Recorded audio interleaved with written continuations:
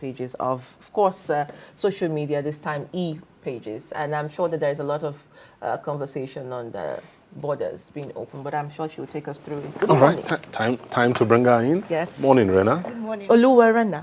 Yeah. According to Mr. Kule. Yes, Oluwarena. Omorena. Omorena. Rena Abakokuno. That's Ruth. That's Ruth. Yeah. Okay, okay, thank you. All right, it's good to see you. Thank you. Let's roll and see what's on the social media for this morning. Thank you. Over to you. Thank you. See you later. Hello there, good morning to you. This is Kakaaki Social. I'm Rena Obozeghie. Now, President Bola Ahmed Tinubu has directed the opening of Nigeria's land and air borders with the Republic of Niger. This, plus the lifting of other sanctions against the country, are to be executed with immediate effect. Well, he announced this on the space of X yesterday, and he said it is in line with the resolution that was reached at the ECOWAS Authority of Heads of State and Government Extraordinary Summit that was held in Abuja on February 24, 2024. Well, let's run you through the 5 points and 5 key areas that are affected. Number one would be the closure of land and air borders between Nigeria and Niger Republic, as well as ECOWAS no-fly zone on all commercial flights to and from Niger Republic. Number two, suspension of all commercial and financial transactions between Nigeria and Niger, as well as freeze of all service transactions, including utility services and electricity to Niger Republic. 3 and 4, freeze of asset of the Republic of Niger in ECOWAS Central Bank and freeze of asset of the Republic of Niger state enterprises and parastatals in commercial banks, suspension of Niger from all financial assistance and transactions with all financial institutions, particularly EBID and BOAD.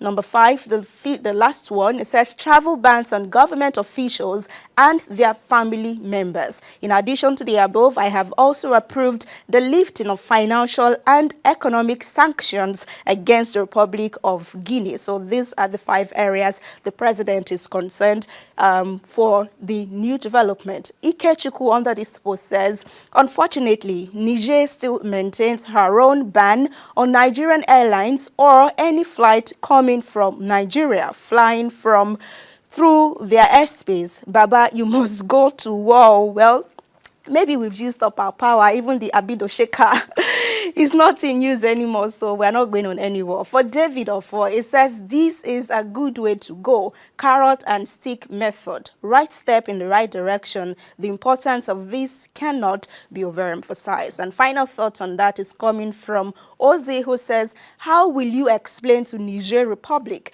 that a few months ago, when the sanctions were announced, $1 was 760 naira, but now one USD is over 1,650 naira. You closed the borders to suffocate them, but it's Nigeria that is screaming, I can't breathe. Well, we'll move away from that to another story to say that the much talked about student loan scheme, initially built for launch today, March 14, has again been put on hold. Well, a statement from the Executive Secretary and Nigeria Education Loan Fund, that's NEL Fund, Akintunde Sawyer, said the essence is to further involve critical stakeholders for a more successful scheme. He says the application portal is still open, and so qualified students may go ahead and apply. But there isn't a new date yet, but they insist that the postponement is not indefinite, as we saw in some quarters on social media. Well, for the great, when 80% of those in power but their result without going through school, you expect them to invest in education. One can only invest in what one knows is true value. More thought from another ex-user is Ina, who says, in the same vein, they suspended N-Power indefinitely instead of tracking where the money budgeted for the project went to. This government doesn't have an iota of concern for the poor citizens. Rather, they are sharing 500 million naira to individuals in the Senate. Well, they've said that it is for the benefit of every one person in the local areas, that's grassroots. LoGAF says politics, subsidize student school fees instead of the loan arrangement, make student pay 50 maybe percent or any prescribed percentage less of their main fees. These I advocate, and that's a recommendation right there. So let's move away from all of those to say that the Islamic police of Kano State, Hisbah, on Wednesday arrested 11 Muslims who were seen eating food during the Ramadan fast. Well, the number, 10 men and a woman, were later released after taking an oath to never again eat when a fast is ongoing. They also conjured non-Muslims against selling food to Muslims when it's fasting hours. And briefly, they said that we don't arrest non-Muslims because this doesn't concern them, and the only time they could be guilty of a crime is when we find out posts to Muslims that are supposed to be fasting. Well, I took time saving comments just because it has to do with people's faith. The Light says, people they hungry, them chop food, you arrest them. Why now? Is it that not to give them more food and water? That aside, where is Hisbah arresting people to? Which constitution gave them that right? Are they another police force of the country? Some things must be addressed. Jimo Rashid says, I think Hisbah is overstepping his mandate. Fasting is mandatory for adult Muslims who is healthy enough to observe it, but the Quran does not mandate anyone to arrest another Muslim who refused to fast. His judgment is between him and his creator. Final thoughts on this is coming from Shola, who says, what Hisbah is doing is against the true knowledge of Islam. Please don't judge Muslims based on some extremists who don't understand the true knowledge of Islam. While fasting is a fundamental pillar of Islam, there are exceptions for those who are ill or have health conditions. Arresting people for not fasting goes against the principles of Islam.